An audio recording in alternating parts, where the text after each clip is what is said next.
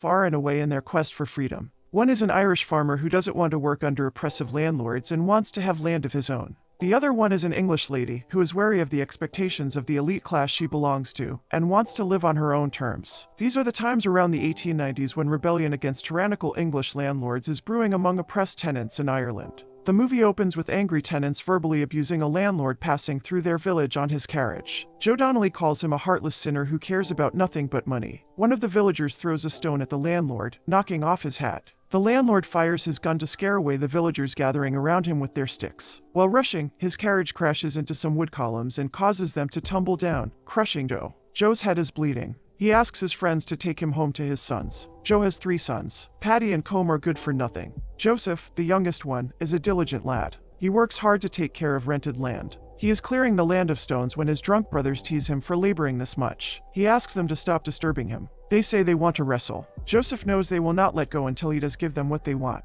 He punches Colm in the face. Colm and Paddy hit him back. It drives Joseph to fight back more aggressively. They look unstoppable until Dandy Duff calls out to them. He has brought their injured father on a donkey cart. Joseph takes Joe inside and tends to his wounds. Paddy and Colm stand near, while Dandy Duff can't stop making up false glorified stories of how Joe got injured. Joseph asks him to be silent. Joe mumbles that he feels his time has come. Joseph asks him not to say such things. Joe starts singing his favorite song and he expires. Dandy pats poor Joseph and blesses Joe's departed soul. Paddy thinks now they are free to sell off their shares in the property. Joseph can't believe him worrying about that now. Colm expresses his anger at their father for leaving them massively in debt. Joseph says the debt can be paid off only if they all work on the land. His brothers aren't up for that. Work isn't their cup of tea. Joseph is about to step forward to beat his brothers when all of a sudden Joe holds his arm. Joe, who has apparently expired a moment ago. Everyone is startled and scared. Dandy Duff falls into a chair and is scratching his head in confusion. Joe asks Joseph to come near. He has come back to life for a few moments only to tell him something. He says Joseph is a maverick with dreams in his head. Joe has also been like this, ambitious and dreaming big.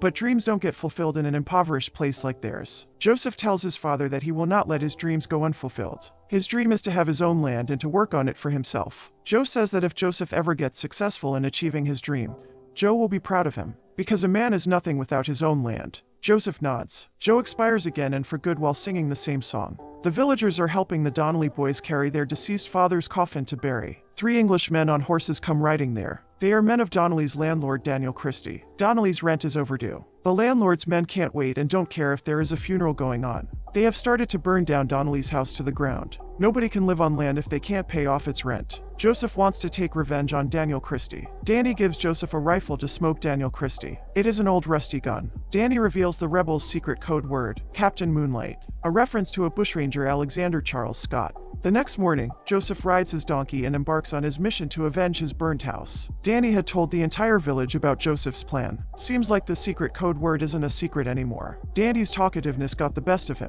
Amid the encouraging remarks by villagers and discouraging comments from his brothers, Danty says goodbye. On his way, he stops by a pub. He orders an ale. The men are interested to know where he is from. Joseph says he'd rather be not friendly with strangers. An English gentleman enters the pub. He is a cheerful and vivacious fellow. Everyone seems to enjoy his company and jokes. Joseph smiles at his carefree and cordiality until someone addresses the fellow with his name, Mr. Daniel Christie. Joseph looks at him with loathing and fury. Daniel says he is too young to be this serious. The bartender tells Daniel that this young man wants to maintain his matters private. Daniel says he must be on a journey to love or business. Joseph sarcastically says it is not love by any means. Daniel says it means he isn't a business then, and goes on to tell how he doesn't like being in business. His house and life are dull. His wife doesn't allow him to drink. He rather has the freedom of a few moments than anything he has. Joseph pauses before saying that freedom for sure is a luxury in Ireland. Daniel agrees. Daniel is on his way to his house after getting drunk in the pub. He walks through the woods with his horse and sings. He is quite tipsy. Joseph is behind him with his donkey and rifle, hiding among bushes and trees. He is trying hard to get the best aim possible, but no success so far. He has held his donkey's reins in one hand. The moment he is about to shoot, his donkey breaks away, making him fall to one side and lose his target.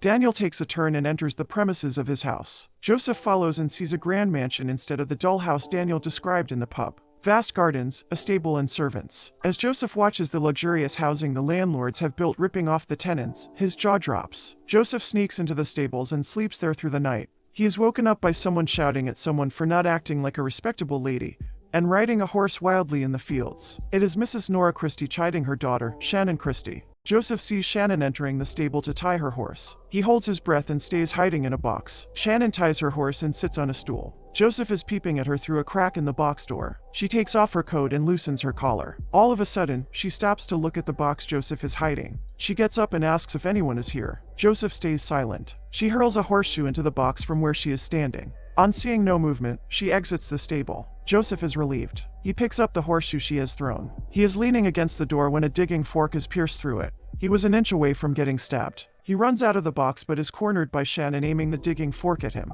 He tries to ditch her, but she stabs his leg with the fork. She did so in complete panic and fear. Joseph looks as if he never expected her to do it. She runs off calling for her father. Joseph limps to the outside, dragging his rifle along. Daniel in his nightgown has come running to his yelling daughter. Joseph addresses Daniel and says he has stripped him of his land. He aims his gun at Daniel and fires. The gun is too old to function. It recoils and instead fires backwards right at poor Joseph. Shannon looks stunned and can't help but keep looking at the fallen Joseph. Her mother orders her to get back inside. Nora and her servants are nursing the wounded and unconscious Joseph. Shannon is curious to know why her mother is taking care of a person she considers low-born and dirty. Nora says they plan to hang him for his crime afterwards. She pulls sheets off his legs and asks Shannon to turn her back to the naked Joseph. Shannon obliges. Nora places a bowl upside down to cover his privates. Before she could clean his injured leg, she hears Daniel breaking something downstairs. She knows he is trying to get a liquor bottle secretly and broke some glass. She goes to look. Shannon is alone with Joseph, who is still lying unconscious. Joseph wakes up and grabs her. Before she could shout, he places his hand over her mouth and says to her that he wants his land. He falls unconscious again. Nora has informed Shannon to stay prepared to attend to guests coming over. The fine ladies of their class are invited for regular tea. Shannon doesn't want to be in the company of snobs. Nora strictly asks her to comply and behave well. The guests are here and having tea. They can't believe a criminal is inside the house. Nora says he looks like a devil. Shannon rolls her eyes. Shannon feels suffocated in her fitted high-collared dress. Her mother says it is better to suffocate than to dress improperly. They all get startled by a noise outside the drawing room, assuming it is the wounded scoundrel.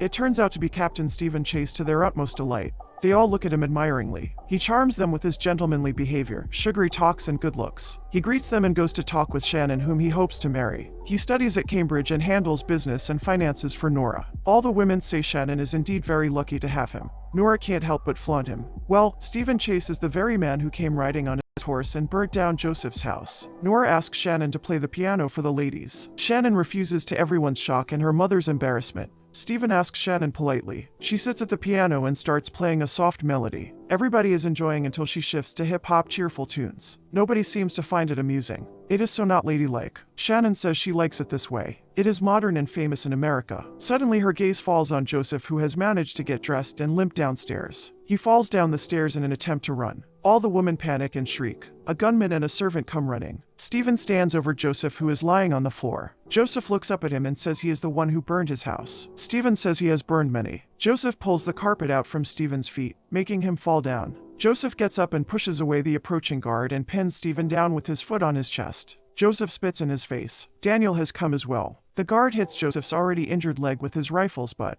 Joseph falls to one side. Stephen gets up, wipes his face, and challenges Jospe to a gunfight tomorrow morning. Shannon is looking at Joseph in awe. His valor is admirable. Joseph is pacing in the locked room. He hears a ladder thud against the room's window. It is Shannon. She climbs into the room and says she is running away. Joseph is too bruised to pay attention to her waywardness. She goes on to tell what she is up to. She came with an excuse that she has something to pick from the room. She says she plans to go to America to have her own land and ride horses the way she wants. She doesn't want to end like other rich, snobby women in upper society. She shows him a flyer which says many pieces of land are being given to people for free. Joseph snatches the flyer from her, crumples it, and throws it on the floor. He says it is impossible to get land for free on Earth, and asks why she needs land when she already has acres of it by snatching his and his people's. Shannon argues she has no part in this. She asks him to board the ship with her. Ships leaving from Dublin and Liverpool for America. A woman needs a man with her to travel. She says she can hire him as her servant. Joseph asks her to leave as he doesn't want to be a servant to entitled people like her. Shannon leaves, warning him that Stephen will defeat him in the gunfight and shoot him.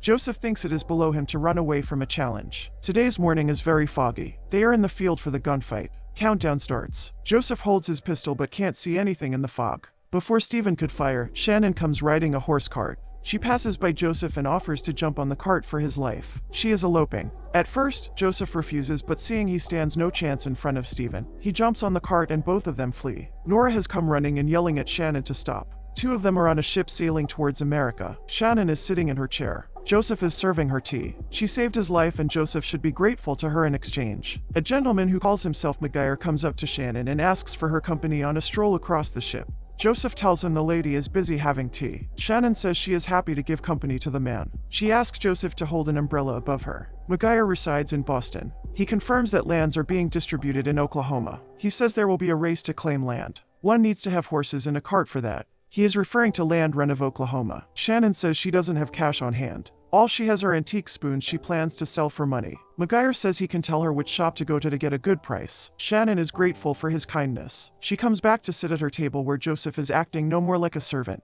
He is savoring a cake. He says to Shannon that he isn't getting good vibes from McGuire. They have landed in Boston. Shannon feels happy to make it finally. She waves at McGuire, who was heading somewhere else. He reluctantly comes up to her and says he can find her a good hotel to stay in. Shannon thanks Joseph for accompanying him on the ship as part of their deal. They wish each other good luck. Joseph walks away. We see a wave of sadness over Shannon's face. Suddenly some men shoot McGuire, who falls down, and to Shannon's shock, her spoons fall out of his coat. He had stolen her spoons on the ship. People around pick up the spoons and dash away. Shannon cries for help and asks them to stop. She calls Joseph back, who runs after a man running away with Shannon's bag. Police arrive. Joseph asks Shannon to get away. They start walking. Shannon is crying her eyes out. She feels God is punishing her for stealing spoons from her mother. She is broke now. Joseph hears a little boy calling out for Irish men to meet an alderman who will take care of them. Joseph asks him to take them there. The boy, named Dermody, brings Joseph and Shannon to the club. Mike Kelly is the boss here. It is crowded with men watching Mike Kelly boxing with the man. There are burlesque dancers up on stage, women dressed. Joseph asks Shannon to stay back. She says she isn't weak. She can handle a boxing match. Mike Kelly punches his opponent, whose blood flies to smear Shannon's face. She gasps, distracting Mike Kelly, who looks at her. The opponent punches Mike Kelly to the floor and wins. Mike isn't happy and is angrily pointing at Shannon for making him lose. Joseph shields her and tells Mike that it was his own fault as he didn't concentrate. Mike snickers at Joseph and calls him a combative Irish. He asks him to come along. Shannon starts to join. Mike snaps at her and asks her to stay where she is. She argues. Joseph introduces her as his sister. He warns her that these people are his type of people and he knows how they are. They will devour her if they come to know she is a wealthy Protestant. Shannon understands and feels afraid. She stays back while Joseph goes up to Mike at his desk. Mike is supposed to find him and his sister jobs and a roof. They are going to stay at Molly Kay's. While Joseph is getting themselves registered, some men, including the man who defeated Mike, start harassing Shannon. Joseph asks them to stop, otherwise he will beat the life out of them. The boxer asks him to dare do so, and the fight begins. Joseph wins. Mike looks impressed. So is Grace, a gorgeous burlesque dancer. Mike brings them to Molly Kay's. Molly is a daunting, straightforward woman, and her place is more of a brothel than an inn. She gives one room to two of them to share. Shannon protests. Joseph stops her and thanks Molly for her help. The rent is $1 a week. It is a drabby room. Mike hears Shannon sobbing with her back to him. Shannon takes the bed to sleep on. Joseph is lying on the mat. He says he feels happy to be in America. Everything seems accessible to have. He talks about the land he is going to get in Oklahoma. He says he is already dreaming of growing wheat there. Shannon is secretly shedding tears. She didn't expect everything to be this difficult. She takes out her frustration by beating Joseph with the pillow. She says it was her idea that brought Joseph here. Joseph asks her not to forget that it is because of him that she is safe here. Back in Ireland, Nora wonders how Shannon is and how could she be so indifferent. Daniel shows her letters Shannon has been writing him ever since she left. She didn't want Nora to know. He tells her that Shannon is now in Boston. Nora starts to read the letters when they hear a noise outside.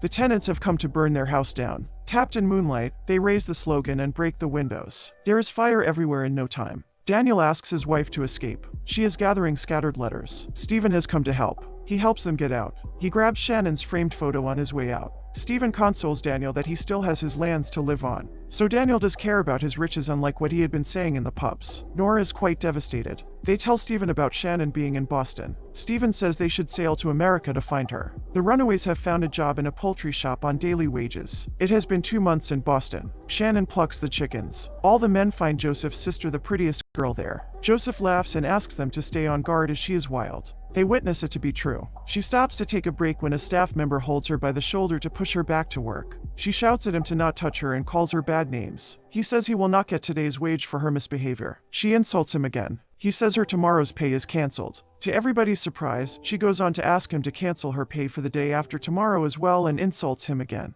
Days pass by. Shannon is washing her clothes. Joseph, who is done with his, looks at her taking longer to wash. He asks her to watch him, teaching her how to hand wash clothes properly and quickly. She stares at him, teaching her how to scrub and rinse. She stares with a certain admiration in her eyes for him. Later that evening, Joseph sits to count his savings. Both of them are saving to buy what each of them needs to reach Oklahoma and race for land. Shannon is behind the curtain screen and is taking off her clothes to get into her nightgown. Joseph's gaze falls upon a bit of her bare body. He looks away. Shannon seems to try to get his attention and looks upset about not receiving it. Joseph starts taking off his clothes to sleep. Shannon stays behind the screen and peeks through holes to look at his body. Both steal glimpses of each other. They finally lie down to sleep. Shannon asks him if she is beautiful. Joseph says she is the most beautiful girl he ever saw. She says okay and turns around to sleep. Joseph is at the club. He starts boxing men and wins every match. People are cheering for him and dancing women are falling in love with him. Mike has got his player he can bet on and capitalize. He introduces him to Mr. Darcy Burke, a member of the city council. One morning, Shannon wakes up to Grace carrying Joseph to the room.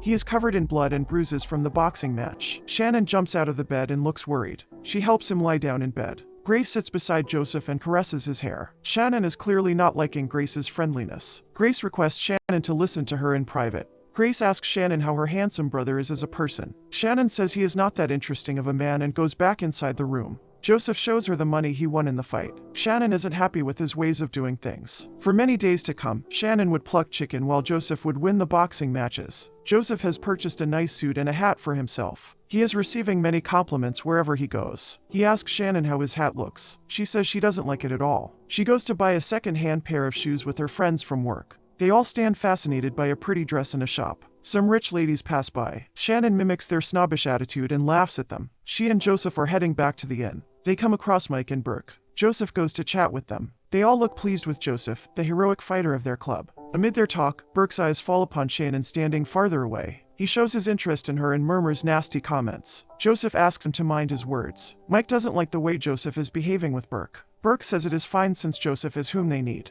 Then he tells Joseph that there is an Italian man he is going to box with. Joseph says he will fight and he will win, but this is something he does for himself, not for anybody. Joseph walks away. Mike comes after him and tells him that Burke is a very important person to him. If Joseph messes up things for Mike, he will be deprived of the roof and food. Then he will find nowhere to go in Boston. Joseph nods that he has understood. Mike looks back at Burke to tell him that all is under control now. Joseph goes inside the inn and finds Shannon playing the piano the way she always wanted, loud and hip-hop. She drinks along with the other women there and laughs joyfully. Joseph goes upstairs to the room and starts doing his push-ups. Shannon enters the room and tells him that he is a changed person now. She says he has spent all of his savings on fancy clothes instead of saving for Oklahoma. Joseph says he is sure he will earn more with boxing. They hear Grace calling for Joseph from the street. Joseph goes up to the window and greets her. She says she will wait for him this Sunday in church. He says he will be there. Shannon looks jealous and talks ill of Grace. Joseph laughs. She says the men in the club and those council members are exploiting him. Joseph says they respect him. She argues that they are not sincere with him. Joseph gets angry and throws her over his shoulder and throws her in the bathtub. He shouts at her that she is merely jealous of him. He has earned better than she has. Shannon says he better watch and see her earning more now. She goes into the room and slams it shut. Molly and other women have gathered around on hearing the chaos. Molly looks at Joseph. She knows they aren't siblings. The women laugh. They knew it all along. The next day, Dermody comes running to the inn to fetch Joseph for the fight with the Italian guy. Joseph learns Shannon is at the club as well. He rushes there to see her among the burlesque dancers on the stage, barely dressed. She is here out of spite to earn more than him. He asks her to get down. She says he better mind his own business. He takes off his shirt and wraps it around her. Burke asks Joseph to fight. Joseph refuses. Burke says he will split the winning with him, which will be $200. It is a very handsome amount. Shannon asks Joseph to agree. Joseph is confused that it was her who didn't want him to fight anymore. Shannon says with this money he will never have to fight again and they can easily reach Oklahoma. Joseph is hung on her using the termos. She is thinking of them as one. They look at each other with a subtle confession of love for each other. Joseph gets down to fight. The crowd cheers for him. The Italian guy is quite big and intimidating. The boxing begins. To the disappointment of many, Joseph is losing at the start. But then he picks up and seems to win now. Burke is overjoyed and is enjoying the match now. He asks Mike to bring Shannon for his pleasure while he watches the match he is going to win the bet on. Mike forces Shannon to sit on Burke's lap. Joseph sees this and is distracted. He gets away from the match and pushes the crowd away to reach Burke. He punches Burke to let Shannon go. The crowd forces him back to the match. The Italian boxer takes advantage of the situation and wins with a sucker punch. Badly hurt and defeated, Joseph falls down. Mike slaps Shannon for ruining everything. He asks for Joseph to be thrown out of his club. Mike expels both of them out of Molly's place after taking all of their earnings. Stephen has arrived with Mr. and Nora in Boston. They are staying there and searching for Shannon. They are showing her photo to people around and offer prize money for anyone who finds her. Joseph knows about it but doesn't say a word about it to Shannon. Joseph and Shannon have been walking the streets for the past 3 days. They are starved and cold. No one is willing to give Joseph a job since he is Irish. They pass by a big house. Joseph says it is empty. They break into it. It is grand inside with a beautiful Christmas tree and pristine crockery on the dining table. Joseph runs to eat the food he finds there. Shannon looks at herself in the mirror. She says to Joseph that she never had in mind that they will be led to such helplessness and search for having land. Joseph asks her to forget everything and just sit at the dining table. He says he will serve her. They will pretend it is her house and he is her servant. Shannon says no, he should sit beside her and they will pretend they are married. This house is theirs. Shannon asks her how he wanted his land to be. He said he dreamt of having a stream passing through it. Shannon says her dream was to have a green pasture. Stream and pasture complete each other. They lean in. Joseph says he pretends tonight that he loves her. She says she pretends she loves him back. Their lips meet. After a moment, they hear voices. The residents have woken up and must have heard the intruders. Shannon and Joseph run. The residents chase them with a gun. They shoot and the bullet hits Shannon. Joseph picks her up and escapes. On finding no help, he has no option but to take her to her parents. He knew where they were staying. Stephen receives him and tends to Shannon's wound.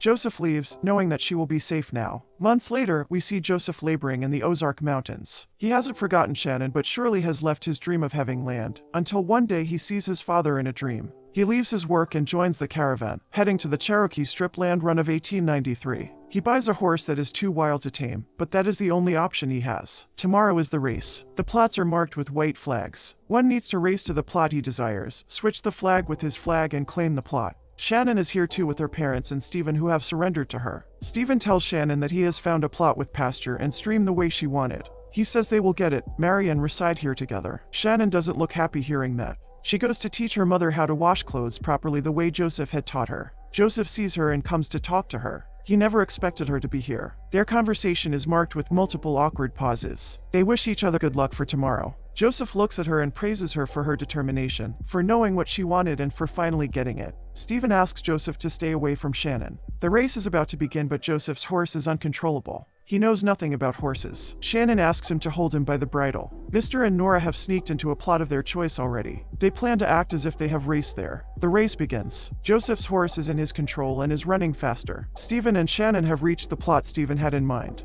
He rides the horse down in the stream. Shannon reluctantly follows but falls off the horse into the stream. Joseph has come there and asks Shannon if she is okay. Stephen stops and retreats towards Shannon. Shannon urges Joseph to go ahead and claim the plot. Stephen takes out his pistol. Joseph jerks it away from his hand and pushes him off his horse. It is not Ireland, he reminds Stephen and rides off to the plot. Shannon beams with joy seeing him with the flag. Joseph is happy for a moment and then looks lost. This is the land he wanted but he wanted it with Shannon. Stephen runs his horse over Joseph, who hits his head on a stone and bleeds. Stephen takes the flag and grabs Shannon. Shannon slaps him and asks him to leave. Stephen leaves, seeing her run towards Joseph. Joseph professes his love for Shannon and breathes his last breath. Shannon wails. She wants him back to be with her on the land they dreamed of. She says she fell in love with him at the first sight. Just like his dad, Joseph comes back to life. They kiss and uphold the flag, claiming the land they have come far and away from their country to.